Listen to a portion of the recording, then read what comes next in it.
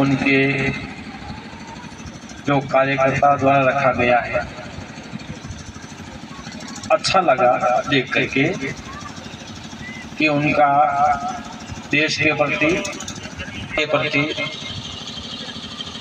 उनका रुझान है। ये संघ क्या है, संघ क्यों बनाया गया है,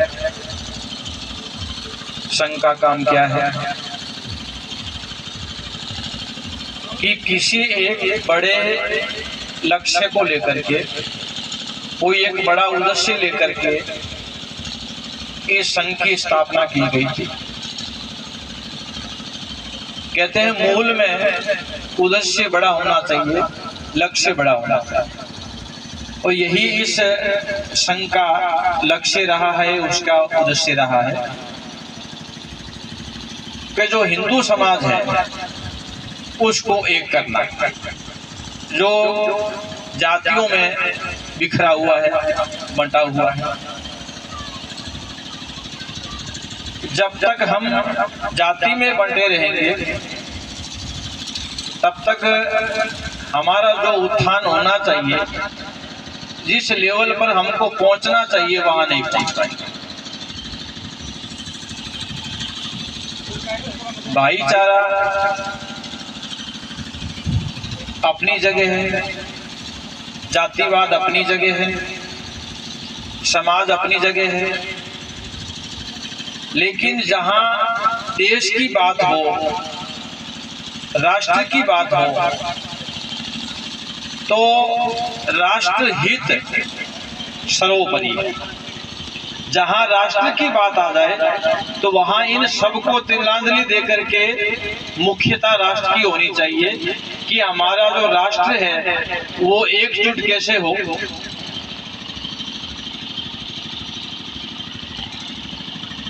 अब जब कभी चुनाव का माहौल आता है तो चुनाव के माहौल में होता यूं है कि हमारा कोई मिलने वाला वो विपक्ष की पार्टी से खड़ा हो गया,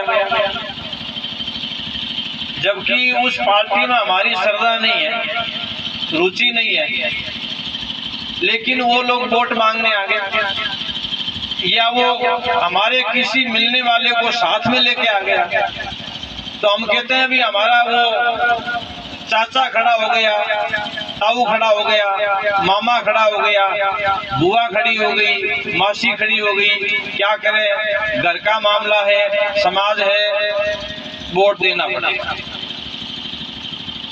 तो उस जगह जातिवाद को, समाजवाद को, भाईचारे को किनारे रखकर राष्ट्रहित की ओर देखना चाहिए, क्योंकि राष्ट्रहित सर्वोपरि। अब जब जब ये जातिवाद को लेकर के खंडित हुए हैं तब तक नुकसान आज तक होता आया है, आगे भी होता रहेगा। तो मेरा आप सबसे यही अनुरोध है कि हम किसी एक जातिवाद में न बन के और मन में एक धारणा बिठा ले कि हम केवल मात्र हिंदू हैं, क्योंकि ये हिंदुस्तान है, इसमें रहने वाला प्रत्येक नागरिक हिंदू है।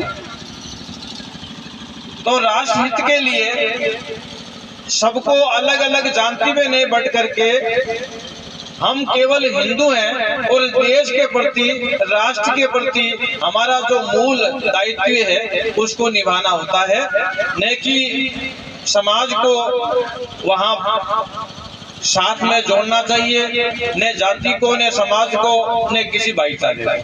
यहाँ केवल राष्ट्रवाद। भगवान कृष्ण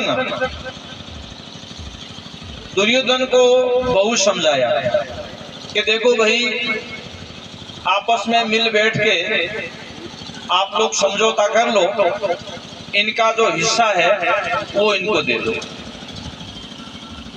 लेकिन नहीं माने। एक मारवाड़ी में कहावत है कि वो लातों के भूत बातों से नहीं मानते। भगवान कृष्ण वो क्या शिक्षा देते हैं कि उनके एक हाथ में तो माखन है और दूसरे हाथ में उनके बांसुरी है। तो वो तो शिक्षा देते हैं प्रेम की, कहते हैं बांसुरी की तरह मीठा बोलो और अपना जो दिल है उसको माखन की तरह मुलायम रखो। ये भगवान का उपदेश है। लेकिन विधर्मी लोग जब नहीं माने समझाने पर भी, तब भगवान को आखिर शस्त्र उठाने के लिए विवश होना पड़ा।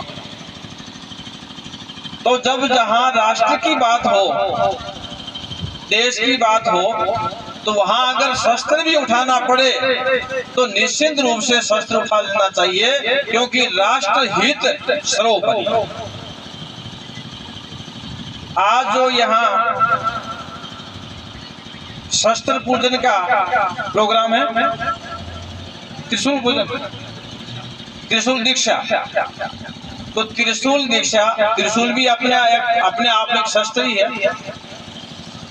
तो कहते हैं जो विधर्मी हैं उन सभी के घर में शस्त्र मिल जाएंगे, लेकिन हम लोग हिंदू हैं, हम इस भाईचारे के चक्कर में हमारे घर में अगर ढूंढने को चाहे तो एक लाठी नहीं मिलेगी।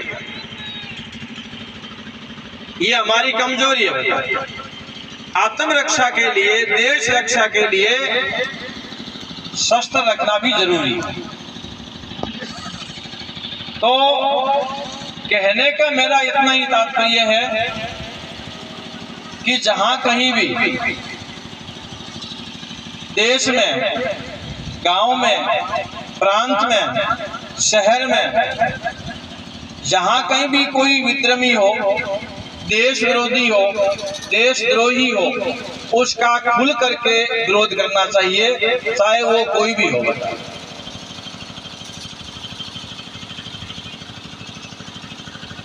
ये भारत का स्वरूप जो अभी हम लोग देखते हैं, ये इसका स्वरूप नहीं था, इसका स्वरूप कुछ और ही था। लेकिन जैसे जैसे जाति में बढ़ते गए, विभाजन होते गए, और ये भारत बता रहे हैं खंड खंड होता गया। आज भी अगर हम लोग नहीं चाहते तो इसके और भी बंटवारे हो सकते हैं। इसीलिए अभी भी समय है, समय रहते हुए हमको चेतना चाहिए, देश के प्रति, राष्ट्र के प्रति जागरूक होना चाहिए। कहते हैं कि सब काम के लिए हम समय निकालते हैं। हमारे घर में शादी होती है, ब्याह होता है, और भी अन्य प्रोग्राम होते हैं, उसमें हम समय निकालते हैं। लेकिन जब बात आती है राष्ट्र की, देश की, समाज सेवा की, तो वहां बड़ी मुश्किलों से समय निकाल पाते हैं कि हमें समय नहीं है, वो काम है, अमुक काम है। अरे राष्ट्र हित के लिए अगर हम लोग समय नहीं निकालेंगे तो कौन निकालेगा?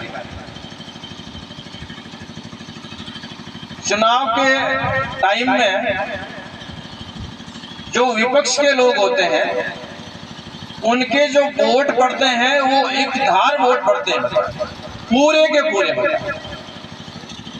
लेकिन इतना बड़ा हिंदू समाज है, बड़े अफसोस की बात है, जिस समय मतदान करने का समय आता है राष्ट्र हित के लिए, देश हित के लिए, वही एक मौका आता है 5 साल बाद, जिसमें हम अपनी सरकार चुन सकते हैं, देश का राष्ट्र चुन सकते हैं, देश का भविष्य चुन सकते हैं।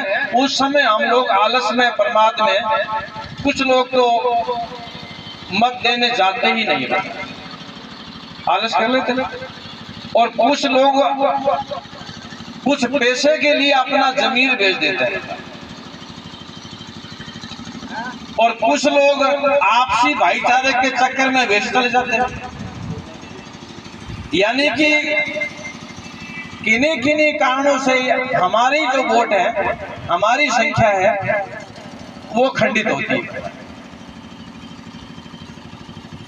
तो